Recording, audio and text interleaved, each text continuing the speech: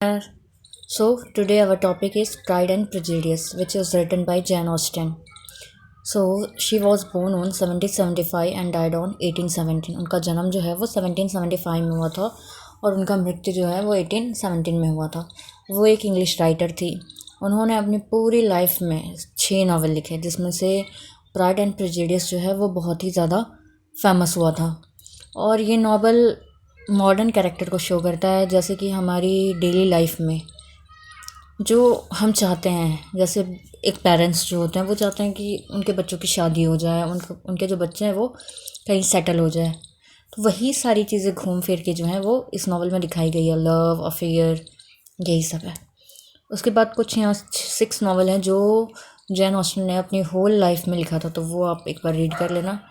उसके बाद Jane Austen is one of the most famous writer in English literature. ये तो सबको ही पता होगा, जो बच्चे लिटरेचर पढ़ रहे हैं उन सबको पता होगा कि जैन ऑस्टन जो है वो इंग्लिश लिटरेचर की one of the most famous novelist रह चुकी हैं। So Pride and prejudice is Jane Austen most popular novel, और ये नावल भी बहुत ज़्यादा पॉपुलर हुआ था उनका। उसके बाद ये नावल लिखना उन्होंने 1796 में शुरू 1796 में शुरू किया था और 1797 में जाके ये फिनिश हुआ था। उसके बाद लेकिन ये पब्लिश हुआ 1813 में ही। उसके बाद ये पूरा नावल जो है वो क्या दिखाता है, एलिजाबेथ और डार्सी की जो रिलेशनशिप है उस पर ये पूरा नावल जो है वो बेस है। उसके बाद कुछ कैरेक्टर्स हैं यहाँ, जैसे Elizabeth Bennet, Darcy, Jane Bennet, Charles Bingley, Mr Bennet, Mrs Bennet, George Wickham, Lydia Bennet, Mr Collins, Mrs Bingley. उसके बाद Lady Catherine, Mr and Mrs Gardiner, Charlotte, Catherine Bennet, Mary Bennet और Lady Lucas. ठीक है, ये जितने भी characters हैं वो सबका नाम आपको याद रखना है, उनके क्या क्या काम है इस नावल में, वो कैरेक्टर किनसे रिलेटेड है, वो सब। जैसे मिस्टर और मिसेस बेनेट है तो उनके 5 लड़कियां, तो आप एग्ज़ाम में ऐसे भी कर सकते हो कि डायग्राम सा बना के और फिर वो आप वहाँ कैरेक्टर लिख के उसके बाद आप इंडिकेट कर दो कि ये इसका ये है, ये इसका ये है, इसका रिलेशन इससे ये है। तो वो क्या होगा, दिखने में भी थोड़ा सा यूनिक लगेगा और एग्जामिनर खुश होगा। उसके बाद देखते हैं Pride and prejudice is a unique and nicely written by Jane Austen. ये तो पता ही है, who is known as a great women novelist of English literature, जिनको एक महान वुमेन नॉवलिस्ट जाना जाता है इंग्लिश लिटरेचर में। उसके बाद she has written appear 6 novels such as Sense and Sensibility, Pride and Prejudice and many more. Among this, Pride and Prejudice is the most famous novel. The novel is Roman fiction which we published in the year 1830. It is an example of a novel of manner. ये किसका example है, एक novel of manner का example है। और ये एक romantic fiction है। रोमांटिक फिक्शन क्या होता है, रोमांटिक नॉवेल्स वो होते हैं जिसमें कहानियाँ जो हैं वो लव से शुरू होती है और मैरिज पे जाकर एंड हो जाती है। ठीक है, उसके बाद present novel contain a galaxy of character but the whole theme is based on 2 major character. ये जो नॉवल है इसमें बहुत सारे कैरेक्टर है, लेकिन ये पूरा नॉवल जो है ना ये 2 ही लोगों पर बेस है, एक डार्सी और एक एलिजाबेथ। जैन ऑस्टन ने introduced Darcy is a full of pride. Jane Austen ने डार्सी को कैसे इंट्रोड्यूस किया है, जो कि फुल ऑफ प्राइड है, घमंडी 1 नंबर का है। And Elizabeth fill with prejudice, और एलिजाबेथ जो है वो प्रेजुडिस से भरी पड़ी है, मतलब ख्याली पुलाव ही पकाती रहती है। अच्छा, वो ऐसा हो सकता है, तो ख्यालों में ही वो गुम रहती है। उसके बाद वो तो हो गया। उसके बाद Jane Austen means to say pride is for Darcy and prejudice is for Elizabeth. The story begin with a famous line of this novel. ये स्टोरी कहाँ से, किस लाइन से शुरू होती है, कोटेशन है, ये बहुत ही ज़्यादा ज़रूरी है आपके लिए। अगर आप इसे एग्ज़ाम में लिखते हो तो एग्ज़ामिनर समझेगा कि हाँ भाई बच्चा कुछ पढ़ के आया है, नहीं तो ऐसे ही नहीं मुँह उठा के जाना है और समरी लिख के आ जानी है। समरी से काम नहीं चलता। ग्रेजुएशन के बच्चे, 12th के बच्चे नहीं हो आपकी, आपको समरी दिया जाएगा लिखने के लिए एग्ज़ाम में। ऑब्वियसली क्वेश्चन पूछेंगे घुमा फिरा के, लेकिन आपको कोटेशन याद होना चाहिए। कोटेशन कहीं नहीं जाता। अगर आप 4-5 भी कोटेशन लिख के आते हो एग्ज़ाम में तो आई नो कि आप अच्छे मार्क्स ले आओगे। और मैंने पिछले वाले वीडियो में भी डाला हुआ है कुछ कोटेशन, वो आप रिमेंबर कर लो, इनफ है। उसमें ये वाला भी है। तो क्या है, it is a truth universally acknowledge that a single man in a position of a good Fortune must be in want of a wife. ये यूनिवर्सली ट्रुथ है कि कोई ऐसा सिंगल आदमी जो कि अच्छी पोजीशन पे है और जिसके पास खूब पैसे वैसे हैं, दौलत हैं, हर कोई ये चाहता है कि उसके पास एक वाइफ हो। हाँ, Mr and Mrs Bennet who lived in a country village Longbourn. Mr and Mrs Bennet जो कि लॉन्गबर्न गांव में रहते थे, वो कहाँ है? नेदरफील्ड पार्क के पास है।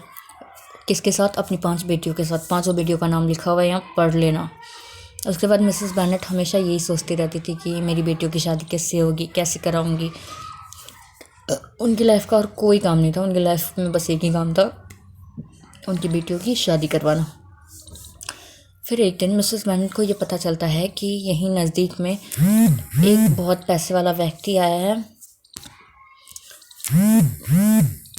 एक बहुत पैसे वाला व्यक्ति आया है जिसका नाम क्या है? Mr Bingley. कहाँ रहने आया? नेदरफील्ड पार्क में। She learn that his name was Mr Bingley. She tell her husband Mr Bennet to do secret visit at Bingley house. फिर वो अपने पति से कहती है कि एक बार आप चुपचाप जाएँ और बिंगले के घर से हो क्या है कि भाई बंदा कैसा है, ऐसे ही थोड़ी ना हम बेटी की शादी किसी से भी करवा देंगे, बेशक पैसे वाला है तो क्या हुआ, देखेंगे कैसा है, क्या है, घर कैसा है, सब कुछ है कि नहीं। मतलब इस टाइप में वो कहती है कि जाओ। और हमारे इंडिया में भी होता है कि हमारी शादी वादी होने से पहले, ठीक होने से पहले हम पेरेंट्स जाते हैं उनके घर, देख के आते हैं उन्हें कि हाँ भाई लड़का ठीक है कि नहीं, सब कुछ है कि नहीं। और ठीक है, वैसे ही है मिसेस बैनेट भी अपने पति को कहती है कि जाओ भाई सीक्रेट विजिट करके आ उसके यहाँ, लेकिन उसे पता न लगने पाए कि तो मतलब अपनी लड़कियों के लिए उसको देखने जा रहा है। उसके बाद मिस्टर बिंगले, एवरीबडी, सब लोग आश्चर्यचकित हो जाते हैं, तो मिस्टर बिंगले उसके यहाँ से होके आता है। और उसके बाद मिसेस बैनेट क्या कहती है? Oh good, it was in you my dear. कहते कि आप में मुझे यही चीज़ बहुत अच्छी लगती है, but I know I should pursued you at last. I was see you loved your girl too well, how pleased I am. वो कहती है कि मुझे पता है कि आप अपनी बेटियों से कितना प्यार करते हो और इसी चीज़ के लिए मैं बहुत खुश हूँ। फिर जो बैनेट फैमिली है वो बिंगले से मिलती है कहाँ पर? एक बॉल पार्टी में। बॉल पार्टी ऑर्गेनाइज होता है जैसे हम यहाँ पर डिनर पार्टी करते हैं ना, जैसे हमारे बिहारियों में कहा जाता है भोज, तो बिहारी में कहा जाता है भोज, बाकी ऐसे डिनर पार्टी वगैरह होती है, वैसे ही बॉल पार्टी होती थी वहाँ। तो बॉल पार्टी में वो सब मिलते हैं। फिर mister Bingley was invited, he came with his 2 sister. Mister Bingley जो हैं वो अपनी 2 बहनों के साथ आते हैं। The husband of eldest and another young man that is 5 mall including himself. उसके बाद 2 आदमी भी होते हैं, एक तो उसकी बड़ी बहन का पति होता है और एक उसके साथ एक आदमी और होता है, सब मिला के 5 जने रहते हैं। The other young man was Darcy, और वो जो एक आदमी रहता है वो कौन होता है? डार्सी होता है। Who was fine tall person who handsome features and was having Bingley dance with Jane. बहुत सुंदर होता है, स्मार्ट सा, चिकना चुकना, लेकिन बिंगले जो है वो जैन के साथ डांस करने लगता है। उसके बाद Darcy was asked to dance with Elizabeth. फिर डार्सी को भी कहा जाता है कि जाओ भाई एलिजाबेथ है, डांस करो उसके साथ, but he refuse to do saying, लेकिन वो मना कर देता है ये कहते हुए कि she is tolerable but not handsome enough to tempt me. मतलब उसके लिए वो कुछ खास सुंदर नहीं है, ठीक है मतलब, लेकिन वो उसके साथ डांस नहीं करेगा। उसके बाद in the first meeting between Darcy and Elizabeth got had different opinion for each other. लेकिन उसके बाद जब उनकी जो फर्स्ट मीटिंग होती है ना, उस टाइम पे उन दोनों का जो आपस का ओपिनियन होता है ना, बहुत ही एक दूसरे के लिए बहुत ही अलग होता है। Mr Bingley sister invite Jane at Netherfield for dinner. उसके बाद मिस्टर बिंगले की जो बहन है वो किसको इनवाइट करती है? जैन को इनवाइट करती है अपने यहाँ, किसके लिए? डिनर के लिए। जब जैन वहाँ जाती है तो बारिश में फंस जाती है और फिर उसको भीगते भीगते ही ट्रैवल करना पड़ता है बिंगले के घर। वहाँ जाकर के क्या होता है, वो बीमार हो जाती है। फिर वो बीमार हो जाती है, यहाँ एलिजाबेथ को टेंशन हो जाती है, भाई ऑब्वियसली होगी क्योंकि उसकी बहन है। फिर एलिजाबेथ क्या करती है, फिर वो भी अपनी बहन का देखभाल करने के लिए कहाँ चली जाती है? Netherfield Park, because Caroline wants Darcy for yearly. Meanwhile, Collins is cousin and owner of Mr. Bennet property to visit Longbourn. अब यहाँ नया कैरेक्टर आता है, कौन होता है? कॉलिन। कॉलिन कौन होता है? जब मिस्टर बेनेट की प्रॉपर्टी है इन फ्यूचर उसका ओनर वही होगा, क्योंकि मिस्टर बेनेट की कोई बेटियाँ नहीं है, तो किसी ना किसी को तो ऑनर बनना पड़ेगा उसकी प्रॉपर्टी का। हमारे यहाँ भी ऐसे ही होता है, जिनके घर में बेटियाँ नहीं होती है उनके घर में क्या होता है, चाचा ताऊ का कोई लड़का वड़का जो है वो उनकी प्रॉपर्टी का ऑनर बन जाता है। ठीक वैसे ही है। फिर Colin in a mean time proposes Elizabeth, और कॉलिन चाहता है कि इन्हीं 5 लड़कियों में से मैं किसी एक को अपनी बीवी बना लूँ ताकि जो प्रॉपर्टी है वो मिल जाए इन्हीं लोग को। तो फिर वो एलिजाबेथ को प्रपोज करता है, लेकिन वो मना कर देती है। After Elizabeth rejection, Mr Collin proposes to Charlotte Lucas who is a friend of Elizabeth. उसके बाद वो क्या करता है, चार्लोटी लूकस को प्रपोज करता है, जो कि कौन होती है, एलिजाबेथ की फ्रेंड होती है। Who accept our desire for security rather than a need for love. और वो जो है वो उसे एक्सेप्ट कर लेती है। क्यों, देखो लड़कियां भी हमारे यहाँ 2 टाइप की होती है। एक होती है कि हाँ भाई मेहनती लड़का खोजती है जो मेहनत करे, जो उसे प्यार दे, सम्मान दे। लेकिन एक जो होती है वो पैसों के पीछे ही मरती रहती है। बेशक लड़का कैसा भी हो, उसके पास पैसे हैं ना, बस वो रेस्ट चाहती है। और ये चार्लोटी ल्यूकस जो है वो उसी में से थी। उसके बाद once Elizabeth and her family meet George Wickham a charming army officer, the incited Elizabeth against Darcy on the other hand. अब यहाँ क्या होता है, एक बार एलिजाबेथ और उसकी फैमिली जो है वो जॉर्ज विकम से मिलता है, और वो क्या करता है, वो एलिजाबेथ को डार्सी के खिलाफ बहुत भड़का देता है। Bingley suddenly depart from London, और फिर वहीं अचानक क्या होता है, बिंगले जो है वो लंदन के लिए निकल जाता है। Caroline inform Jane by letter. उसके बाद कैरोलिन जो है, जो कि बिंगले की बहन है, वो क्या करती है, लेटर के ज़रिए जैन को ये खबर पहुंचा देती है कि मेरा भाई और हम जो है वो लंदन जा रहे हैं, लेकिन अब नहीं आएंगे। Not only will they not returning, moreover her brother is please to wed Georgina. ये जॉर्जिना कौन है, डार्सी की बहन है। वो इस लेटर में लिखती है कि मेरा भाई जो है वो डार्सी की बहन से शादी करेगा, इसलिए हम लंदन जा रहे हैं और हम वापस कभी नहीं आएंगे।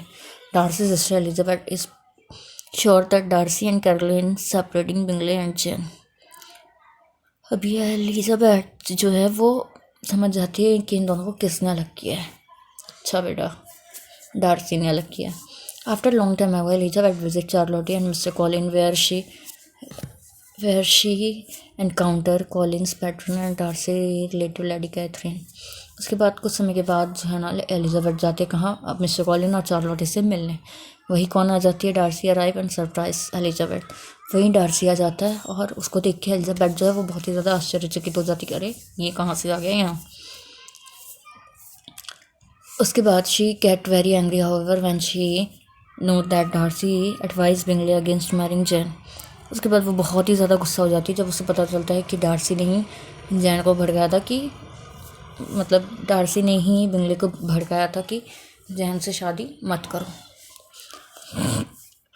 Darcy proposes her for marriage, but Elizabeth refuses his proposal, accusing him of ruining Jain marriage. और उसके बाद डार्सी जो है वो एलिजाबेथ को प्रपोज करता है कि शादी वादी के लिए, कि हाँ भाई तू मुझसे शादी कर ले।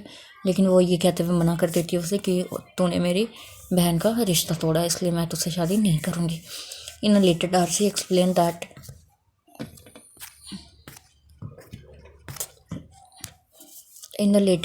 Darcy explained that he interpreted because he felt Jan did not like Bingley. He is liar। और फिर लेटर में डार्सी जो है वो हर चीज़ उसे एक्सप्लेन करता है कि मुझे ऐसा लगा कि जैन जो है वो बिंगले को लाइक नहीं करती है, वो उसे झूठ कह रही है, इसलिए मैंने मना कर दिया कि शादी मत कर।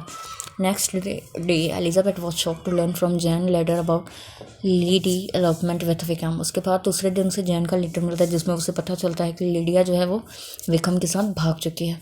Elizabeth told Darcy about it. उसके बाद एलिजाबेथ जो है वो डार्सी को इसके बारे में बताती है। फिर Elizabeth again fell she has missed Darcy returning home Elizabeth. उसके बाद एलिजाबेथ को लगता है कि शायद उसने जो है वो डार्सी के बारे में बहुत ही ज़्यादा गलत सोचा।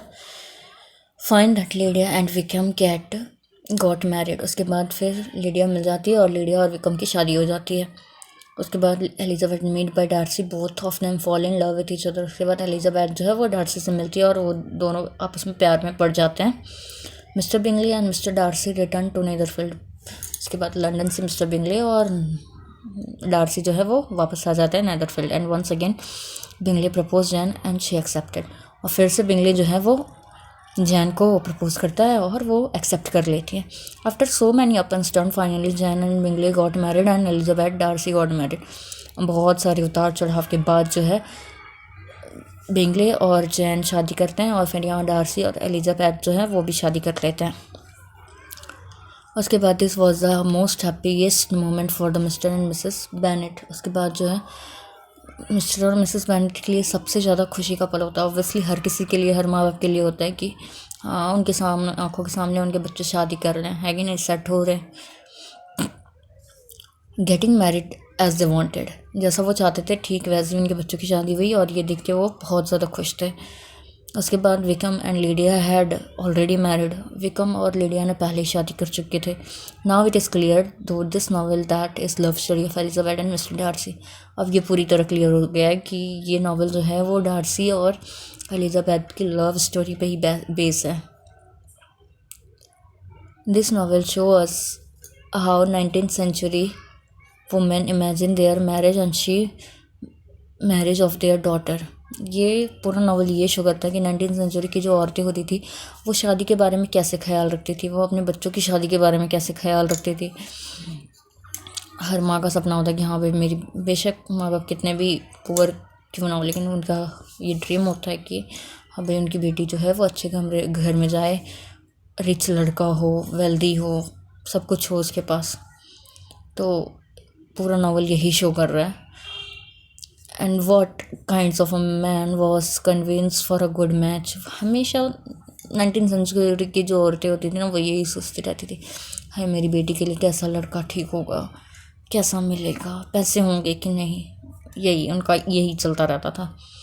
Pride and prejudice is often taken to be a Victorian novel. ये विक्टोरियन नावल है, विक्टोरियन एज में लिखा गया था because it is very realistic in its depiction of early 19th century in English society. और ये उस टाइम की जो इंग्लिश सोसाइटी थी ना उससे बहुत ही ज़्यादा रिलेटेबल है और रियल है।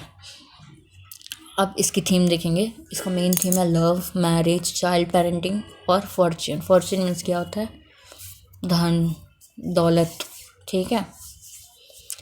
अब आपको नावल में क्या क्या याद रखना है, थीम्स याद रखने हैं, कैरेक्टर्स याद रखने हैं, सम कोटेशंस याद रखने हैं, नावल पब्लिश कब हुआ था ये याद रखना है, एंड जो नॉवलिस्ट हैं उनके बारे में कुछ चीज़ें याद रखनी हैं, जैसे कि उन्होंने कौन कौन से वर्क लिखे थे, उनका बोन कब हुआ था, वो डेथ कब किए थे, बेसिक ही चीज़ें लिखनी है आपको, ठीक है। अगर आपको पसंद आया तो like, subscribe and share it. Thank you.